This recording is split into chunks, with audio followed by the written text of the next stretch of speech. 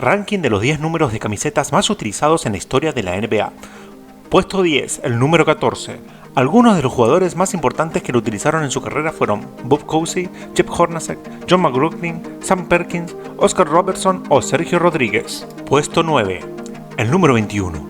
El 21 lo han llevado grandes estrellas como Dominique Wilkins, Bill Sharman, Kevin Garnett, Jimmy Butler o Tim Duncan.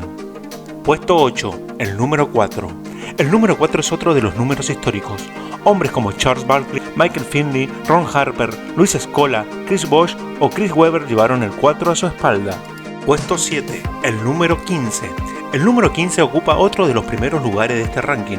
Históricamente los jugadores más destacados que utilizaron el 15 fueron Hal Greer, Tom Hainshaw, Vinnie Johnson, Vince Carter o Earl Monroe.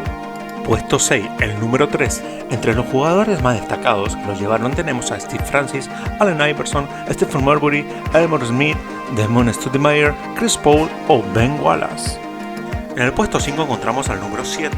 Entre los históricos de los 7 nos encontramos a Kenny Anderson, Kevin Johnson, Tony Kukoc, Lamar Odom, Carmelo Anthony o Kelly Tripucka.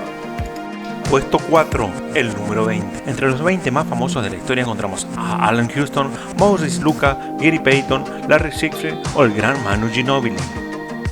Puesto 3, el número 5. En los últimos años ha sido el número más utilizado. Jugadores míticos como Robert Horry, Joan Howard, Jason Kidd, Cuttino Mobley lo han llevado en su espalda. En segunda posición histórica está el número 11. Como jugadores históricos más relevantes encontramos a Paul Arizin, Helvin Hayes, Bob McAdoo, Isaiah Thomas, Sabonis, John Ming o en la actualidad Klay Thompson. Y en el puesto 1 está el número 12. El número 12 es el número más utilizado en la historia de la NBA. Jugadores míticos como John Stockton, Bruce Bowen, Pat Riley, Diane Howard o Vlade Divac lo lucieron en sus espaldas durante un gran número de temporadas. Esto ha sido únicamente NBA. Suscríbanse al canal. Muchas gracias. Nos vemos en el próximo video.